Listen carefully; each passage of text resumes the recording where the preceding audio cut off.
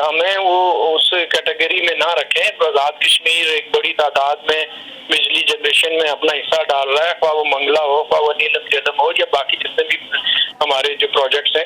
وہاں سے ہم نے یعنی کہ اپنی بزرگوں کی قبریں جو ہے نا ان کی جگہوں پہ روشن کرنے کے لیے بجلی کو اتنی بڑی تعداد میں ہزاروں کے حساب سے ہم نے میگا واٹ جنریٹ کر کے اگر دے رہے ہیں, تو ہم ان سے یہ نیگوشیٹ کر رہے ہیں کہ اگر ہم پیسے بھی دے رہے ہیں تو ہمیں at least load shedding free zone declare کیا جائے. تو اگر اس میں کامیابی کوئی زیادہ نہیں ملتی تو یہ ریلیف آزاد کشمیر کے لوگوں کو ملنے کا حق ہے, چونکہ یہ ڈائریکٹلی فیڈرل کا سبجیکٹ ہے. اور فیڈرل میں آپ کو پتا ہے کہ اس وقت جو گورنمنٹ ہے, یہ 3 سال تک لوگ سوچتے رہے کہ بجلی کا بحران ہے وہ ختم ہو گیا ہے, سارے لوگ کبھی لوڈ شیڈنگ کا سامنا نہیں ہوا. لیکن جب سے یہ گورنمنٹ آئی ہے تو یہ ایک دم سے لوڈ شیڈنگ کا طوفان آ گیا, اور اس طوفان کی وجہ سے آزاد کشمیر بھی پوری طرح متاثر ہوا ہے. یہاں پہ لوگ سراپا احتجاج ہیں, ہم ان کی قدر کرتے ہیں, ہم سمجھتے ہیں کہ وہ جائز ان کا حق بھی ہے. تو ہم ایز آزاد کشمیر حکومت فیڈرل حکومت سے یہ نیگوشیٹ کر رہے ہیں, اور انشاءاللہ تعالی مجھے یقین ہے کہ آزاد کشمیر جس لیول پہ کنٹریبیوشن دے رہا ہے بجلی میں, تو فیڈرل حکومت اس اہمیت کو اور اس حساسیت کو سمجھتے ہوئے ہمارے مطالبات کو سامنے رکھ کے انشاءاللہ اس میں کوئی آزاد کشمیر کے لوگوں کے لیے کوئی ریلیف لینے میں کامیاب ہو جائیں گے انشاءاللہ. منصور علی خان صاحب, اس حوالے سے بتائیے گا کہ مظفر آباد سے آپ نے الیکشن لڑا اور بڑی محنت کی, اگلے الیکشن کے حوالے سے کیا کہیں گے؟ اور ابھی جو آپ کو دقت پیش آ رہی ہے, خاص کر میں اکثر دیکھتا رہتا ہوں کہ آپ کے پاس بڑی تعداد میں لوگ جمع ہوتے ہیں اور مسائل آپ سے ڈسکس کرتے ہیں, ترجیحات کیا ہیں اپنے حلقے کے حوالے سے, کیسے آپ سارٹ آؤٹ کر سکیں گے معاملات کو؟ دیکھیں, ہلکا کھاوڑا تو بڑا پسماندہ ایریا ہے, آپ اس سے اویئر بھی ہیں, اور لوگوں کے برے حالات ہیں. آج بھی ہمارے مائیں بہنیں چارپائیوں پہ اٹھا کے ان کو ہاسپٹل لے کے جایا جاتا ہے, پانی کی بوند بوند کو ترس رہے ہیں, ہماری مائیں بہنیں سروں میں گڑے اٹھا کے گھوم رہی ہوتی ہیں. تو ان کے ذمہ دار جو لوگ تھے وہ آج بھی بدقسمتی سے دوبارہ سے الیکٹڈ نمائندے کے طور پہ بیٹھے ہوئے. اور میں آپ کو بڑی حیرت ہوگی کہ لطیف اکبر صاحب پچھلے 40-45 سال سے اسی جگہ پہ راج کرتے آئے ہیں, اور انہوں نے گراؤنڈ پہ کام نہیں ہونے دیا.